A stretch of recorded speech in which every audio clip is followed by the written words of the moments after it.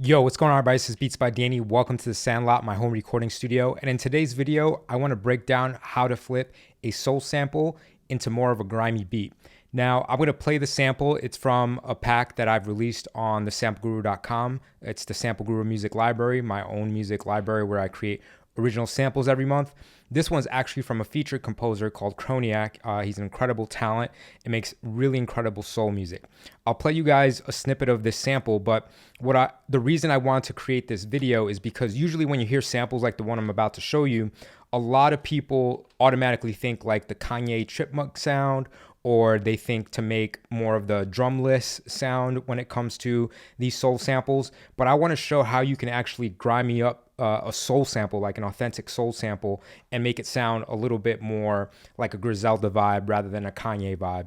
And so that's the point of this tutorial, and hopefully you guys take something away from this. We'll do some stuff in the DAW as well as the MPC 2000XL, which I love to use to chop up my samples now. So let me show you guys what the sample actually sounds like. There are 10 original compositions on this sample pack by Kanye. There's a lot of collaborators, there's live instruments, everything from the horns to the guitar to the vocals is live instrumentation, live actual musicians playing this, and it makes it sound really authentic to that vintage era. But let me play you one of the sounds off, or one of the chops off of this sample pack. I mean, that's authentic, right? Like, that's incredible. You know, that's why I really want to release this pack on Sample Guru Music Library. Want to expose more of the talent that he collaborated with to more of the hip hop community as well. And I want to show you guys in this video how to break it down.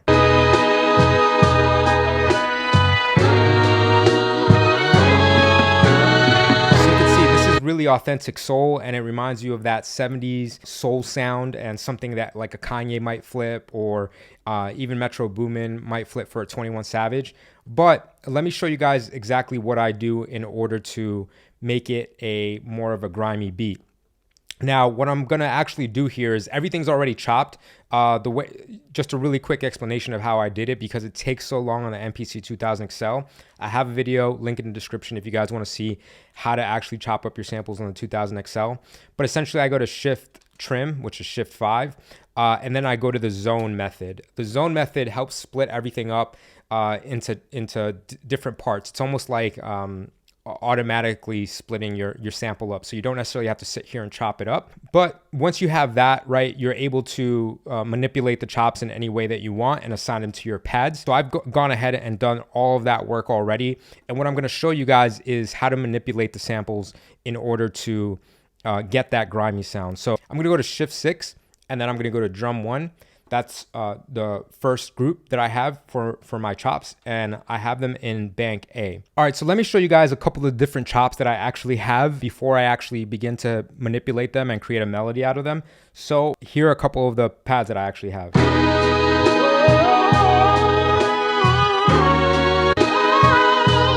So you got different vocals, different horns, different chords, right?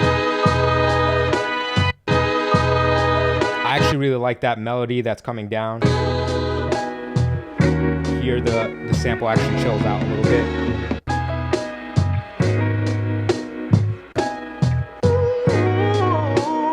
Oh man, that vocal is incredible.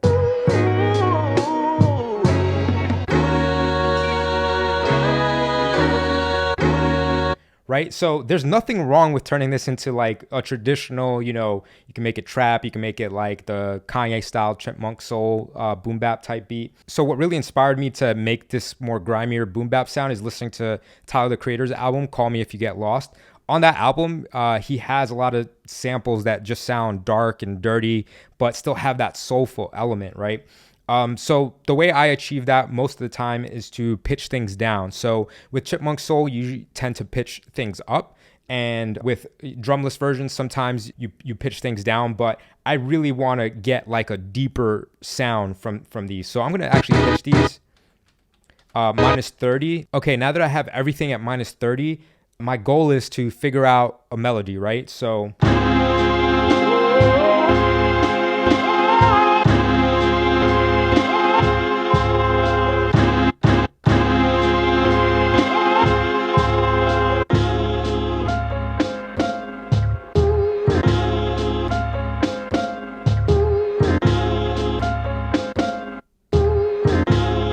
feeling that right there.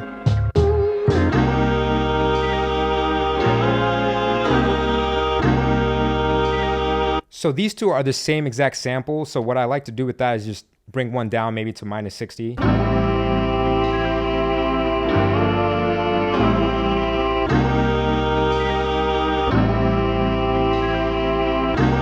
That's a cool intro or a cool bridge there. That'd be cool if like the artist was rapping and then they come in with this like somewhere in the middle of the song or at the end of the song. Just having a little pivot like that. But I actually like the sound of -60. So let me actually bring some of these samples down to -60. And all that means is I'm just pitching it down some more. So let me bring everything to -60 and try to come up with some melody here. I really like these pads right here, so I'm gonna try and mess with that a little bit more.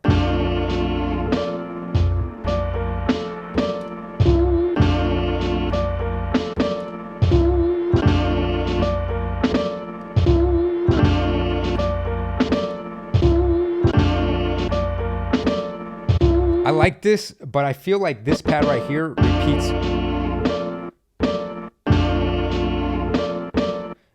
that. So what I like to do is control the pitches, right? Instead of keeping everything at the same pitch, I'm gonna actually bring this one down. Let me bring it down -90.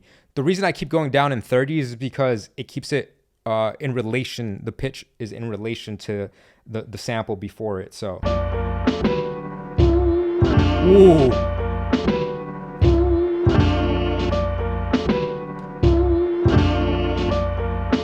I think that's it right there. What's crazy about that, what's actually happening here, the reason that sounds so crazy is because it almost makes it sound even more warped, because these two pads are playing at one specific tempo, right?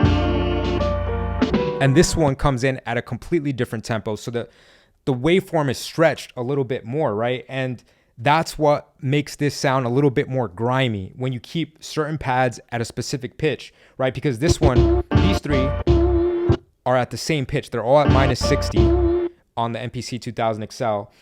And this one is at -90. So what that ends up doing is these, if you can picture the waveforms, these would be playing at the same tempo, but this waveform would be slightly more stretched. And you hear the drums in the background kind of stretching as well. Right? Boom, boom, right?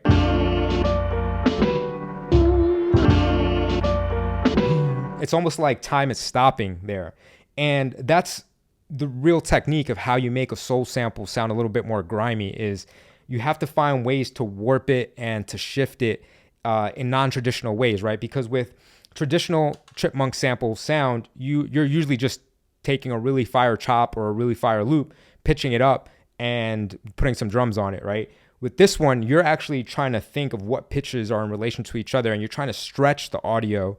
That's a really great way to make this grimy sound, right? Is to stretch the audio and make it sound warped and make it sound like it's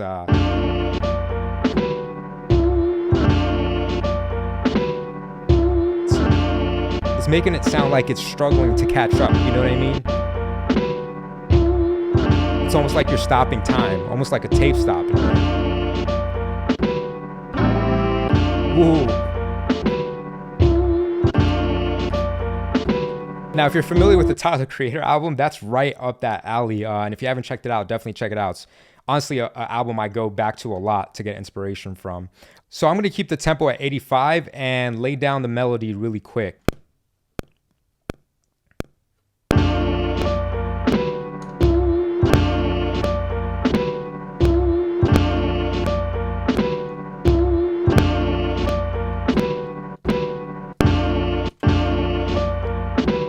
Yeah, you almost don't even need drums on this now, right?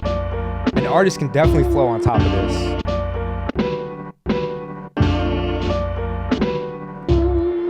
Woo! I could just rock out to that, to be honest with you. You don't even need drums on top of that. But you hear that grimy sound, and if you go back to the beginning of the video and listen to this actual sample from the pack, it's a completely soulful sound, like super 70s soul sound. But now we've made it into more of a, you know, like head knocking sound. All right, so after I have this, I want to lay down some drums. So if you've been watching this series that I've been putting out, you know I've been using the Daniel Blonde kit for drums. So I actually already have my drums chopped up. I have a kick, snare, hi-hat, open hi-hat. And I have this drum fill. Actually, this drum fill is from an AJ Hall pack. So shout out to Daniel Blonde and AJ Hall on this one.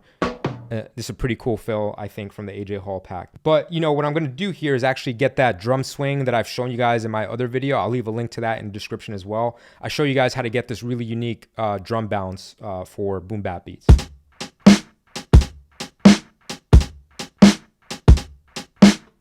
All right, so what I'm going to do is actually going to take off the quantization and I'm going to add some hi-hats in there first on its own individual track.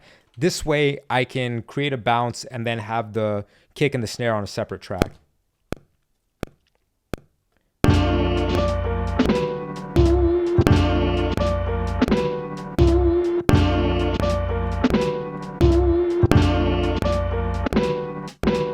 And the reason I take quantization off, I know some people don't like that. I actually like the imperfection. I actually like that my drums are slightly off. You can always go in the DAW and shift things over if it's too far off. So don't ever think that, you know, what you're creating here, or if you're looking to get into YouTube videos on your own, don't ever think that what you're creating here has to be like the final thing because it was what was on video. You can always go into your DAW and shift things around that don't sound so good, right? So this is all in the spirit of just creating and needing to be organic, right? So quantization is still off, and now.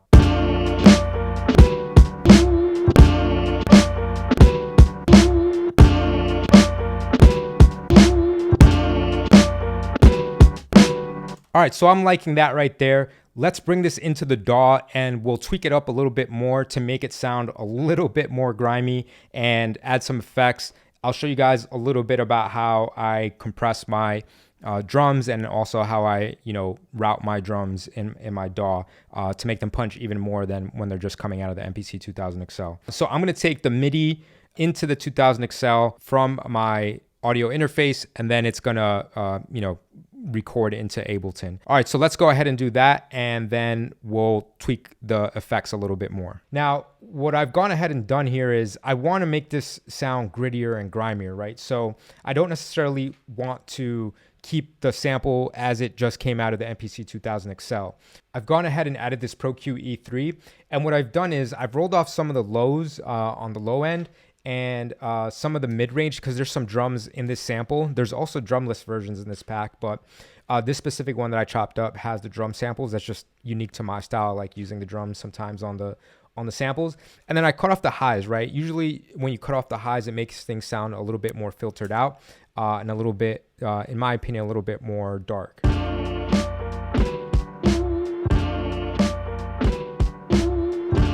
So that's without anything. And now this is with it.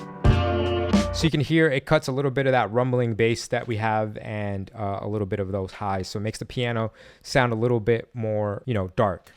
And another thing I like to add is obviously the RC20. I gave you guys a huge gem in my last video. I got so much good feedback on my last video. Here I'm just using a regular preset for, that comes with RC20, but I've manipulated the settings. But one of the techniques I showed you in my last video, and I'll leave a link in the description, is how to make warped melody. So I went ahead and did that here as well. And what I did here is I automated the flux, which I show you how to do in my last video. I'll definitely leave that link in the description if you guys want to check it out.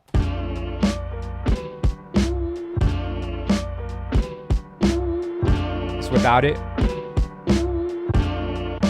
With it on. So you hear that waviness and that. You hear that. That's completely unique to this wavy tutorial that I did last week. So go check that out if you're interested in that. So I have the RC20 on there, and then I put a little bit of shaper box on here. The reason for the shaper box is I wanted a little bit of the side chain, but I wanted to control how much of it actually comes through. So this is just a side chain, right? So it's just ducking out. And that's what lets the drums come forward a little bit more. So you get a little bit more of that hit from the kick drums and the snare drums. And on the actual drums themselves, I just added this Pultec EQ, just a little bit of EQing here, nothing super crazy or special, but here's it without, and here's it with it on. So a little bit more of that low end, a little bit more of that hitting. And one thing I like to do with my drums is actually run them through a insert or an aux track on Ableton. Basically what this does is it allows you to save a copy essentially of the drum signal, send that copy over without affecting the actual signal itself, right? So now I can put all my effects on this signal here. And what I have on here is just an LA2A compressor, right? And it's just compressing just a little bit and giving this a little bit more of that punchiness. And what I can do here is I can just sneak this back up.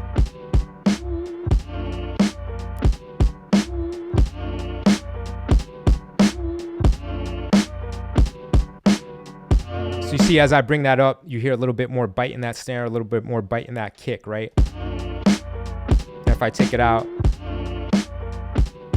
you don't hear it. It sounds a little bit more dull. But when you put it back in,